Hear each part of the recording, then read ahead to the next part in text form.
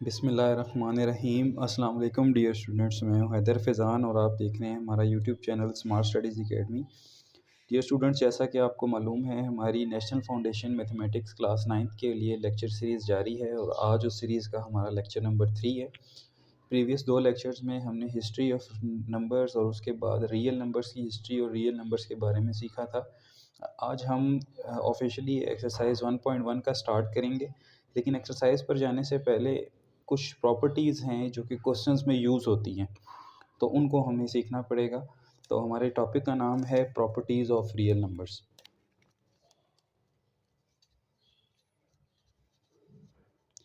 Properties of real numbers. Dear students, ये properties हर question के अंदर इस्तेमाल होती हैं और ये प्रॉपर्टीज़ जब तक आप नहीं समझेंगे आपका क्वेश्चन नंबर 2 एक्सरसाइज 1.1 का सॉल्व नहीं हो सकता। तो स्टार्ट करते हैं प्रॉपर्टीज़ ऑफ रियल नंबर्स की। हर नंबर की कुछ ना कुछ प्रॉपर्टीज़ होती हैं, इसी तरह रियल नंबर्स की भी कुछ प्रॉपर्टीज़ हैं। पहली प्रॉपर्टी का नाम है क्लोजर प्रॉपर्टी। इसको क्लोजर प्रॉपर्टी भी कहते हैं और कुछ राइटर्स इसको क्लोजर लॉ भी लिखते हैं। और स्टूडेंट्स, रियल नंबर्स की जो प्रॉपर्टीज़ हैं वो हमेशा दो एस्पेक्ट्स में देखी जाती हैं, under addition and under multiplication. यानी हम दो रियल नंबर्स के रिलेशन, बेसिकली प्रॉपर्टीज़ क्या होती हैं, एक रिलेशनशिप होता है दो नंबर्स के दरमियान जिसको हम अंडर एडिशन और अंडर मल्टीप्लिकेशन देखते हैं। दो नंबर्स या दो से ज़्यादा नंबर्स भी हो सकते हैं, लेकिन हम इनको हमेशा अंडर एडिशन और अंडर मल्टीप्लिकेशन ही देखते हैं। आगे चल के वीडियो में बताएंगे आपको कि अंडर सब्ट्रैक्शन और अंडर मल्टीप्लिकेशन ये प्रॉपर्टीज़ क्यों नहीं होती। सो स्टूडेंट्स, पहली प्रॉपर्टी का नाम क्लोजर प्रॉपर्टी। और क्लोजर प्रॉपर्टी एक ऐसी प्रॉपर्टी है जिसमें हम सपोज करते हैं कि हमारे पास ए और B, if A and B are two real numbers, हमारे पास ए और बी दो रियल नंबर्स हैं, यानी ए भी बिलोंग कर रहा है रियल नंबर से और बी भी बिलोंग कर रहा है रियल नंबर से। देन उनकी एडिशन, यानी अगर हम उन दोनों को ऐड भी कर दें तब भी हमारे पास एक रियल नंबर ही आंसर आएगा। यानी कि हमने अगर दो नंबर्स लिए और उन दो नंबर्स को हमने ऐड किया है, तो ऐड करने से हमारे पास दोबारा एक रियल नंबर आएगा। यानी हमारा जो आंसर है वो रियल नंबर्स के सेट से बाहर नहीं जा सकता, यानी इमेजिनरी या कम्प्लेक्स नंबर आंसर नहीं आ सकता। तो इस सूरत में हम इस प्रॉपर्टी को क्लोजर प्रॉपर्टी कहते हैं। कुछ राइटर्स इसको क्लोज्ड भी कहते हैं, लेकिन हम इसको क्लोजर पढ़ेंगे। ये थी अंडर एडिशन। इसी तरह अगर ए बिलोंग करे रियल नंबर से और बी भी बिलोंग करे रियल नंबर से, तो उनकी जो मल्टीप्लिकेशन है स्टूडेंट्स, वो भी आपके पास दोबारा कोई रियल नंबर ही आएगी। तो इसको अगर हम थोड़ा सा प्रैक्टिकली देखें, तो अगर मैं कहूँ हमारे पास 5 और 4 ये दोनों रियल नंबर्स हैं, ऑब्वियसली ये रियल नंबर्स हैं। तो अगर मैं इनको ऐड करता हूँ 5 + 4, तो हमारे पास आंसर 9 आता है, जो कि इटसेल्फ दोबारा एक रियल नंबर है। इसी तरह यही 5 और 4 अगर हमारे पास दो रियल नंबर्स हों, तो इनको मल्टीप्लाई करने से भी हमारे पास जो आंसर आता है वो अगेन 20 एक फिर रियल नंबर है। तो इस तरह हमारे पास जो आंसर हैं वो कभी भी सेट ऑफ रियल नंबर से बाहर नहीं जाते, ये क्लोज होते हैं। तो इसी वजह से हम इसको क्लोजर प्रॉपर्टी कहते हैं। सो ये रियल नंबर्स की पहली प्रॉपर्टी थी। इसी तरह स्टूडेंट्स, हमारे पास दूसरी प्रॉपर्टी जिसको हम कम्यूटेटिव प्रॉपर्टी भी कहते हैं, कम्यूटेटिव प्रॉपर्टी, इसको आप कम्यूटेटिव प्रॉपर्टी भी कह सकते हैं और कम्यूटेटिव लॉ भी कह सकते हैं। कम्यूटेटिव प्रॉपर्टी या कम्यूटेटिव लॉ के बारे में हम ये कह सकते हैं कि ये बेसिकली रिप्लेसमेंट्स होती हैं दो नंबर्स की। रिप्लेसमेंट से मुराद या सब्स्टिट्यूशन से मुराद उन दोनों नंबर्स की जगह हम चेंज कर देते हैं। यानी अगर हमारे पास ए और बी दो रियल नंबर्स हों, तो अगर हम a + b करें तो वो इक्वल होगा किसके, बी प्लस ए के, और ये भी क्या होंगे, रियल नंबर्स होंगे। इसी तरह अगर ए और बी दो रियल नंबर्स हों तो उनको मल्टीप्लाई करने से भी, उनकी जगह चेंज करने से भी उनकी मल्टीप्लिकेशन के आंसर के ऊपर कोई फ़र्क नहीं पड़ता। फॉर एग्ज़ाम्पल यही दो नंबर्स हम ले लेते हैं कि 5 और 4 हमारे पास दो रियल नंबर्स हैं। तो अगर हम 5 + 4 करते हैं या 4 + 5 करते हैं, दोनों सूरतों में हमारा आंसर जो है वो 9 ही आता है। यानी कि इनकी रिप्लेसमेंट करने से हमारे पास कोई फ़र्क नहीं पड़ता।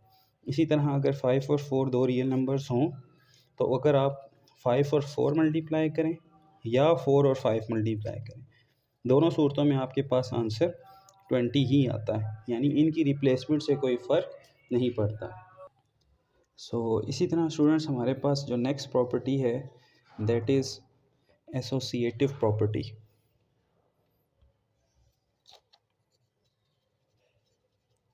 एसोसिएटिव प्रॉपर्टी, और इसको हम एसोसिएटिव लॉ भी कहते हैं।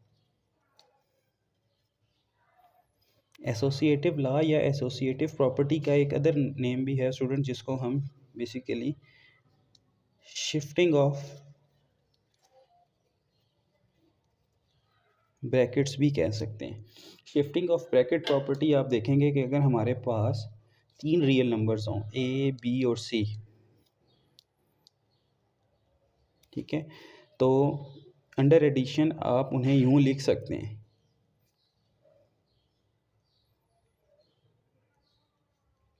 आपने देखा स्टूडेंट्स यहाँ पे क्या हुआ कि हमने पहले ए प्लस बी और फिर सी, यानी कि पहले बी और सी पे ब्रैकेट है और नेक्स्ट स्टेप में यही ब्रैकेट हमने शिफ्ट कर दिए पहले दो नंबर्स पे, तो दोनों सूरतों में ये आंसर इक्वल रहता है। इसलिए इस प्रॉपर्टी को हम शिफ्टिंग ऑफ ब्रैकेट प्रॉपर्टी भी कहते हैं। यानी अंडर एडिशन आप जो है वो तीन नंबर्स के ऊपर शिफ्ट ऑफ ब्रैकेट कर सकते हैं।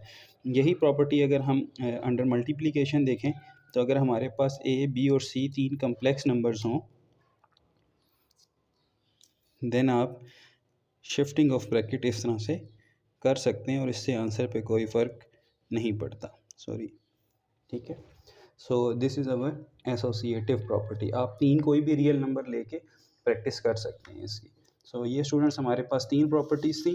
पहली प्रॉपर्टी क्लोजर प्रॉपर्टी, जिसमें दोनों का आंसर एडिशन और सब्ट्रैक्ट मल्टीप्लिकेशन में रियल नंबर्स में ही रहता है। दूसरी थी हमारे पास कम्यूटेटिव प्रॉपर्टी, जिसमें हम उनकी सेल्फ रिप्लेसमेंट करते हैं तो भी नंबर के ऊपर कोई फ़र्क नहीं पड़ता। और तीसरी थी हमारे पास एसोसिएटिव प्रॉपर्टी, जिसमें हम शिफ्टिंग ऑफ ब्रैकेट्स करते हैं और इससे भी आंसर के ऊपर कोई फ़र्क नहीं पड़ता। तो ये इस वक्त हमने तीन प्रॉपर्टीज़ जो हैं स्टूडेंट्स वो समझ ली हैं। अब हम चलते हैं प्रॉपर्टी नंबर 4 की जानिब, जिसका नाम है डिस्ट्रीब्यूटिव प्रॉपर्टी। जी स्टूडेंट्स, डिस्ट्रीब्यूटिव प्रॉपर्टी स्टूडेंट्स अपने नाम से ज़ाहिर है कि इसमें कोई ना कोई नंबर बाकी नंबर्स के साथ डिस्ट्रीब्यूट होगा। इससे पहले हमने कम्यूटेटिव एसोसिएटिव प्रॉपर्टी में देखा कि एक ही ऑपरेशन यूज़ हो रहा है। अगर एडिशन है तो एडिशन ही यूज़ हो रहा है और अगर मल्टीप्लिकेशन है तो मल्टीप्लिकेशन ही यूज़ होगा। लेकिन डिस्ट्रीब्यूटिव में आप देखेंगे एट अ सेम टाइम हमारे पास दो बाइनरी ऑपरेशन यूज़ होंगे। बाइनरी ऑपरेशन और यूनिटरी ऑपरेशन में इंशाल्लाह आने वाले लेक्चर्स में बात करेंगे।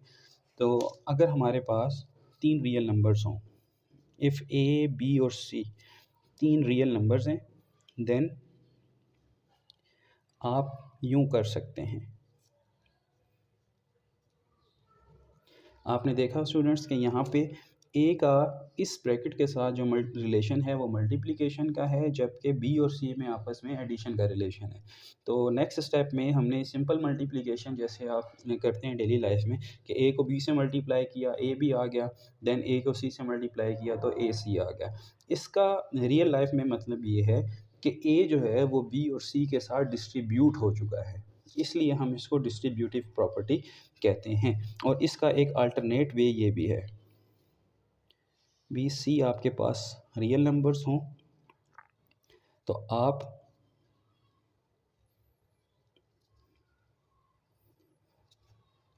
ये कर सकते हैं। ठीक है स्टूडेंट्स, तो यहाँ से आपने देखा होगा कि ए हमारा राइट साइड पे है और यहाँ पे ए हमारा लेफ़्ट साइड पे है। तो ये दोनों प्रॉपर्टीज़ लिखने का मकसद ये है कि आपको समझाया जा सके कि यहाँ पे ए लेफ़्ट साइड से ऑपरेट हो रहा है तो this is the left distributive law या लेफ़्ट डिस्ट्रीब्यूटिव प्रॉपर्टी, और यहाँ पर ए राइट साइड से ऑपरेट हो रहा है तो this is the right distributive property. So ये दो तरह की हमारे पास प्रॉपर्टी होती हैं, लेकिन यहाँ मैं आपको एक बात बताता चलूँ, नोट इम्पॉर्टेंट नोट एमसीक्यूज़ में आ सकता है कि डिस्ट्रीब्यूटिव प्रॉपर्टी जो है वो सब्ट्रैक्शन पे भी होल्ड होती है, यानी कि आप यूँ कर सकते हैं, ये वैलिड होगा। इसी तरह स्टूडेंट्स ये भी आप कर सकते हैं। इससे पहले हमने ये ज़िक्र किया था कि कम्यूटेटिव प्रॉपर्टी, एसोसिएटिव प्रॉपर्टी ये अंडर सब्ट्रैक्शन होल्ड नहीं होती और अंडर डिवीजन भी होल्ड नहीं होती। इसकी रीज़न ये है, अगर मैं रफली आपको थोड़ा सा बताऊं कि ये देखें, अगर हम अंडर सब्ट्रैक्शन कम्यूटेटिव लॉ लिखते हैं तो वो कुछ यूँ होगा जो कि फ़ॉल्स है। रीज़न इसकी ये है कि आप कोई से दो रियल नंबर्स ले लें 5 और 2 और आप उसे यहाँ पे पुट करवाएं, यानी 5 माइनस 2 करें, so this is not equals to 2 minus 5। Reason ये है कि यहाँ आंसर प्लस में है और यहाँ आंसर माइनस में, तो इसलिए अंडर सब्ट्रैक्शन जो है वो कम्यूटेटिव लॉ होल्ड नहीं होता। ठीक है, इसको हम सिर्फ अंडर एडिशन और अंडर मल्टीप्लिकेशन ही होल्ड करते हैं। तो स्टूडेंट्स ये थी हमारी फोर्थ प्रॉपर्टी। अब हम चलते हैं the most important property, that is identity law. Additive and multiplicative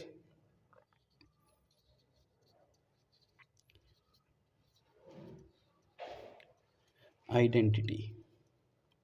students identity हमारे पास एक ऐसा नंबर होता है जिसकी एडिशन या जिसके साथ मल्टीप्लिकेशन से किसी दूसरे नंबर के ऊपर कोई फ़र्क नहीं पड़ता। यानी अगर आप उस नंबर को किसी भी दूसरे नंबर में ऐड करवाते हैं तो रिज़ल्ट में आपको वही नंबर दोबारा मिल जाता है। अगर आप आइडेंटिटी नंबर को किसी दूसरे नंबर के साथ मल्टीप्लाई करवाते हैं तो रिज़ल्ट में आपको वही नंबर दोबारा मिल जाता है। यानी आइडेंटिटी के साथ ऑपरेट होने से नंबर के ऊपर कोई फ़र्क नहीं पड़ता। जी, तो स्टूडेंट्स अंडर एडिशन आप ख़ुद भी थोड़ा सा अगर माइंड पे ज़ोर डालें तो आपको पता लग चल जाएगा कि अंडर एडिशन हमारे पास कौन सा ऐसा नंबर है जिसकी एडिशन का दूसरे नंबर से कोई इफ़ेक्ट नहीं होता। तो अगर हमारे पास कोई रियल नंबर हो, कोई भी नंबर हो, और ज़ीरो हमारे पास एक ऐसा नंबर है जो कि रियल नंबर से बिलोंग करता है, तो हमारे पास स्टूडेंट्स ए प्लस ज़ीरो करने से आंसर दोबारा ए आ जाता है। तो अगर हम इस तरह करें तब भी ए बनता है, और अगर ज़ीरो प्लस ए करें तब भी ए बनता है। तो इट मीन्स कि ज़ीरो एक ऐसा नंबर है जिसका किसी भी नंबर्स के साथ एडिशन जो है वो कोई फ़र्क नहीं ला रही। ये देखें, यानी 5 प्लस ज़ीरो करें तब भी 5 आ रहा है, 0 प्लस 5 करें तब भी 5 आ रहा है। तो it means this implies zero is the additive identity. So ये आपका एक इम्पॉर्टेंट एमसीक्यू बन गया है कि अंडर एडिशन या एडिटिव आइडेंटिटी किसको कहा जाता है, ज़ीरो को कहा जाता है। इसी तरह स्टूडेंट्स अगर हम मल्टीप्लिकेशन की बात करें तो मल्टीप्लिकेशन में हमारे पास कौन सा ऐसा नंबर होगा जिसको हम किसी भी नंबर से मल्टीप्लाई करें तो रिज़ल्ट में हमारे पास वही नंबर वापस आ जाए, तो ऑब्वियसली वो हमारे पास 1 है। इसी तरह स्टूडेंट्स इसकी डेफिनेशन हम लिखते हैं कि if A belongs to real numbers and 1 is also belongs to real number, then a multiply by 1 is equals to a and 1 multiply by a। so it means कि दोनों सूरतों में 1 से मल्टीप्लाई करने के बाद हमारे पास जो आंसर आ रहा है that is a। So this implies, अगर मैं इसकी एग्जांपल लिखूँ आपके सामने तो यही एग्जांपल हम ले सकते हैं कि 5 इंटू 1 करें या 1 इंटू 5 करें, रिजल्ट में 5 वापस मिल रहा है। So this implies 1 is the multiplicative identity. ये भी स्टूडेंट्स हमारे पास एक इम्पॉर्टेंट एमसीक्यू है कि जिसे आप याद कर सकते हैं। आपका सारा कोर्स अब क्योंकि एसएलओ बेस है तो इस तरह के छोटे छोटे नोट्स और नॉलेज जो हैं वो आपके लिए बहुत ज़रूरी है। सो ये आपके पास पेपर में एमसीक्यू आ सकता है। तो ये थी हमारी फिफ्थ प्रॉपर्टी। स्टूडेंट्स अब चलते हैं प्रॉपर्टी नंबर 6 की जानिब, जो कि फिर एक इम्पॉर्टेंट प्रॉपर्टी है और जिसका नाम है हमारे पास additive and multiplicative inverse. Inverse क्या होते हैं? इन्वर्स को अगर मैं सादा लफ्ज़ों में बताऊं तो स्टूडेंट्स, ये किसी भी नंबर के रेसिप्रोकल्स होते हैं, किसी भी नंबर के ऑपोजिट्स होते हैं। अगर आप एडिशन बात कर रहे हैं किसी भी नंबर का इन्वर्स, तो इसका मतलब आप उस नंबर के ऑपोजिट नंबर की बात कर रहे हैं। यानी कि अगर मैं 2 का एडिटिव इन्वर्स चाहता हूँ तो मेरे पास उसका नेगेटिव साइन यानी कि -2 उसका इन्वर्स होगा एडिटिव। और अगर मैं अंडर मल्टीप्लिकेशन बात करता हूँ किसी भी इन्वर्स की, तो इट मीन्स कि मैं उसके रेसिप्रोकल की बात कर रहा हूँ, यानी 1/that नंबर। सो इसको देखते हैं कि if A B any real number, then obviously -a भी रियल नंबर से बिलोंग करेगा, क्योंकि हमने लास्ट लेक्चर में देखा था कि रियल नंबर्स में सारे नंबर्स शामिल होते हैं, positive, negative, zeros, fractional, not fractional, सारे नंबर्स, इंटीजर्स वगैरह, ये सब रियल नंबर्स में होते हैं। तो ऑब्वियसली अगर ए कोई रियल नंबर है तो नेगेटिव ए भी रियल नंबर्स में शामिल होगा। और अगर हम इन दोनों नंबर्स को ऐड करते हैं, यानी a प्लस माइनस ए करते हैं, तो स्टूडेंट्स आपने देखा होगा कि हमारे पास आंसर 0 आता है, क्योंकि नेगेटिव ए और पॉजिटिव ए कैंसिलेशन लॉ के मुताबिक कैंसिल हो जाते हैं और रिजल्टिंग आंसर हमारे पास 0 यानी कि एडिटिव आइडेंटिटी आ जाती है। तो अगर बाय रूल बात करें तो इन्वर्स हमारे पास ऐसे नंबर्स होते हैं जो कि अपने नंबर्स के साथ ऑपरेट होने के बाद एडिटिव आइडेंटिटी आंसर दे देते हैं। तो इसी तरह हमारे पास हर नंबर का जो एडिटिव इन्वर्स होगा वो उसका ऑपोजिट साइन होगा। इसी तरह अगर आपसे से पूछा जाए कि -5 या नेगेटिव नंबर का इन्वर्स क्या है, तो ऑब्वियसली वो उसका पॉजिटिव साइन होगा, यानी एक दूसरे के ऑपोजिट्स। तो दोनों सूरतों में आपको एडिटिव आइडेंटिटी जो है वो आंसर मिल रहा है। सो किसी भी नंबर का एडिटिव इन्वर्स उसका नेगेटिव साइन हुआ करता है। इसी तरह मल्टीप्लिकेशन की अगर बात करें, तो अगर हमारे पास ए कोई रियल नंबर है तो ऑब्वियसली फ्रैक्शनल नंबर भी रियल नंबर्स में शामिल होते हैं। अगर ए हमारे पास कोई रियल नंबर है तो नेगेटिव ए भी हमारे पास 1/a भी हमारे पास रियल नंबर्स में होगा। और अगर हम इन दोनों को मल्टीप्लाई करते हैं तो हमारे पास रिजल्टिंग आंसर 1 आता है, that is multiplicative identity. So students, एक बात याद रखनी है कि एडिटिव इन्वर्स में आपके पास एडिटिव आइडेंटिटी आंसर आना चाहिए और मल्टीप्लिकेटिव इन्वर्स में आपके पास मल्टीप्लिकेटिव आइडेंटिटी आंसर आना चाहिए। अगर मैं इसकी एग्जांपल दूं आपको, तो 2 का मल्टीप्लिकेटिव इन्वर्स 1/2 होगा और रिजल्टिंग आंसर हमारे पास 1 आएगा कैंसिलेशन के बाद। सो ये थी स्टूडेंट्स हमारे पास प्रॉपर्टीज़। अब हम रियल लाइन को देखेंगे और उसके बाद क्वेश्चन नंबर 1 और 2 को सॉल्व करेंगे। जी स्टूडेंट्स, आपकी एक्सरसाइज 1.1 के क्वेश्चन नंबर 1 के लिए ये टॉपिक हमारे लिए बहुत ज़रूरी है, जिसका नाम है रियल लाइन या नंबर लाइन। रियल लाइन या नंबर लाइन स्टूडेंट हमारे पास एक सो हम किस रियल नंबर्स, क्योंकि हमारे पास positives, negatives, rational, irrational, zeros, सारे नंबर्स का एक मिक्सचर होता है, तो हम इसको एक लाइन पे शो करते हैं। फॉर एग्जांपल ये देखें स्टूडेंट्स, ये हमारे पास एक लाइन है। इस लाइन की सेंटर में हमारे पास 0 है और ये हमारे पास ये एक लाइन सेगमेंट है। अब यहाँ पर 0 से लेफ़्ट साइड पे इस डायरेक्शन में हमारे पास नेगेटिव नंबर्स होते हैं, -3, -4 up to so on negative infinity, यानी कि कहाँ तक जा रहे हैं हमें नहीं पता। इसी तरह 1, 2 राइट साइड के ऊपर ये लेफ़्ट डायरेक्शन है हमारी और ये हमारी राइट डायरेक्शन है। और यहाँ पर हमारे पास स्टूडेंट्स जो हैं वो पॉजिटिव नंबर्स होते हैं और ये हमारे पास पॉजिटिव इन्फिनिटी तक जाते हैं। तो इस रियल लाइन के ऊपर हम किसी भी नंबर को प्लॉट कर सकते हैं, किसी भी रियल नंबर को प्लॉट कर सकते हैं। फॉर एग्जांपल, अगर मैं एक आइडिया देता चलूँ आपको, हमारे पास क्वेश्चन है plot this 1/2 on real line. So what is mean by, आप देखेंगे कि 1/2 हमारे पास 0.5 होता है और 0.5 हमारे पास किन दो नंबर्स के दरमियान में आ रहा है। ये देखें, ये 0 से लेकर 1 तक हमारे पास 1 यूनिट है, ठीक है। अगर हम यहाँ पर मज़ीद 9 छोटे छोटे सेगमेंट्स ड्रॉ करें जो कि ग्राफ पेपर में हमारे पास होते हैं, तो काउंट करने से हम देखेंगे कि ये हमारे पास पहला 0.1 का है, सेकंड पॉइंट 0.2 का है, इसी तरह जो फिफ्थ वन होगा दैट विल बी द 0.5। और वहाँ पे हम एक डॉट कर लेंगे और इसके ऊपर कोई अल्फ़ाबेट से नाम दे देंगे कि जो पॉइंट ए है वो हमारे पास point A shows the fraction 0.5 और 1/2। तो इस तरह से हमने रियल लाइन के ऊपर 1/2 को प्लॉट कर दिया। एक्सरसाइज 1.1 का क्वेश्चन नंबर 1 बिल्कुल इसी तरह से है। वहाँ पे हम डिफरेंट फ्रैक्शंस को इस लाइन के ऊपर प्लॉट करना सीखेंगे। और स्टूडेंट्स, ये मैंने फ्री हैंड कर्व की मदद से या रफली अपने आइडिया की मदद से 1 और 2, 3 की प्लॉटिंग की है। आप अगर स्केल का यूज़ कर रहे हैं तो स्केल में आपके पास यूनिट्स मौजूद होते हैं, या ग्राफ पेपर का यूज़ कर रहे हैं वहाँ पर इस तरह के स्क्वेयर्स बने होते हैं आपके पास, और उन स्केयर्स को आप 1 यूनिट मान सकते हैं और उनके अंदर फर्दर छोटे-छोटे स्केयर्स होते हैं, सो उनको आप 0.1 यूनिट्स मान सकते हैं। तो इस तरह से आपकी जो ग्राफिंग है वो एग्जैक्ट हो जाएगी। तो ये था हमारा आज का लेक्चर। इंशाल्लाह नेक्स्ट लेक्चर में हम एक्सरसाइज 1.1 के क्वेश्चन नंबर 1 और 2 को सॉल्व करेंगे। तो उम्मीद है आपको आज की वीडियो पसंद आई होगी। अगर आपको वीडियो पसंद आई है तो अपने क्लास फेलोज़ के साथ, अपने दोस्तों के साथ इसको शेयर करें और हमारे चैनल के साथ जुड़े रहिएगा। फ़ी अमानिल्लाह, अल्लाह हाफ़िज़।